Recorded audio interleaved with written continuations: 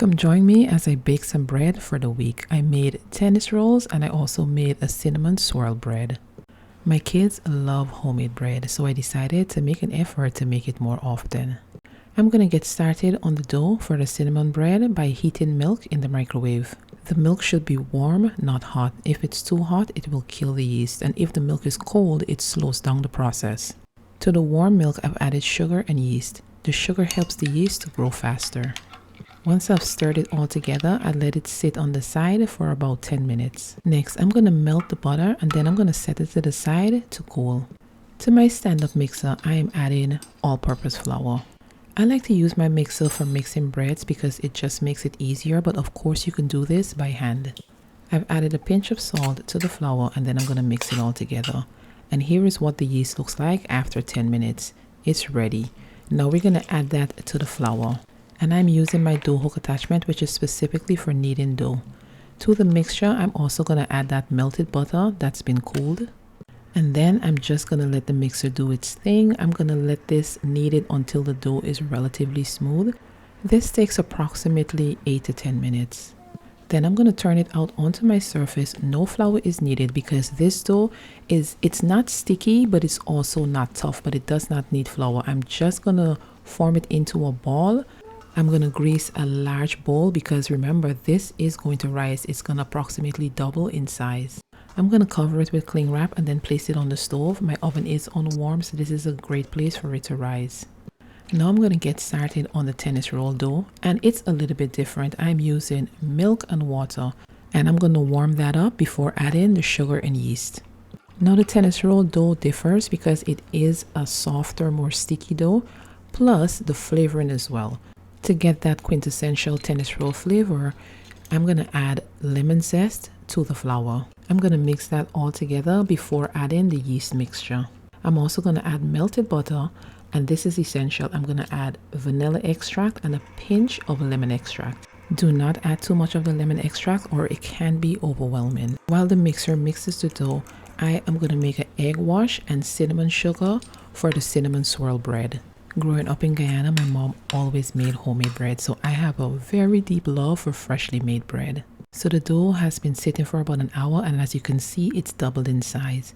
I am just going to press it down just to remove some of the air and then place it onto my counter. And as you can see, it's not a sticky dough, so no additional flour is needed.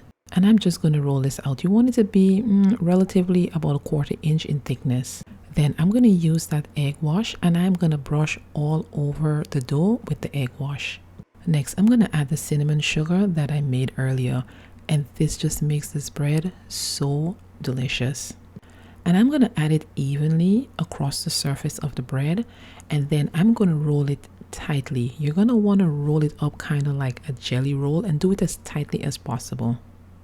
Once you get to the end, you want to make sure to seal the bread because you want to keep all of that cinnamon sugar gooiness inside.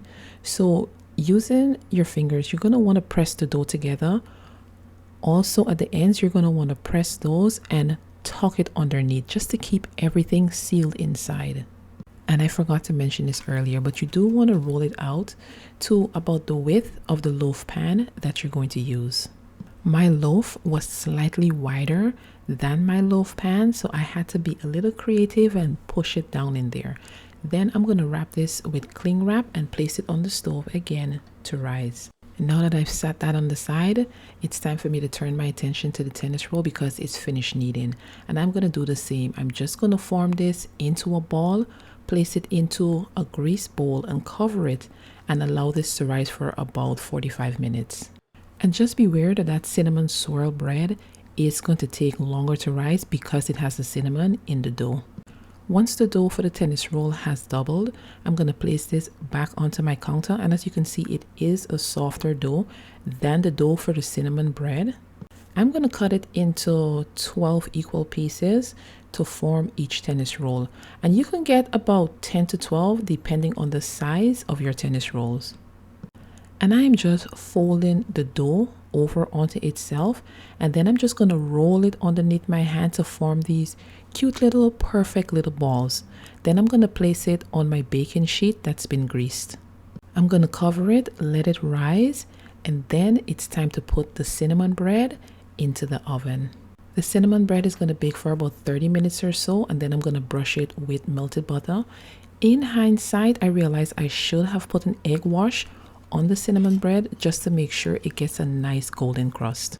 But I didn't want to overbake it because, as you can see, the bottom is cooked, so you do not want to overbake it so it becomes dry and tough. Once the tennis rolls have doubled in size, and this should take about 35 minutes, I'm going to place it into the oven, and then this takes just about 20 minutes to bake. Once they're golden brown like this, I'm going to remove it from the oven, and once again, I'm going to brush it with melted butter. And look at that. You cannot tell me that those do not look perfect. And I placed the tennis roll and the bread onto a baking rack to cool. And you guys, look at these tennis rolls. They're soft, they're delicious, and this is perfect. You can have it with cheese or jam.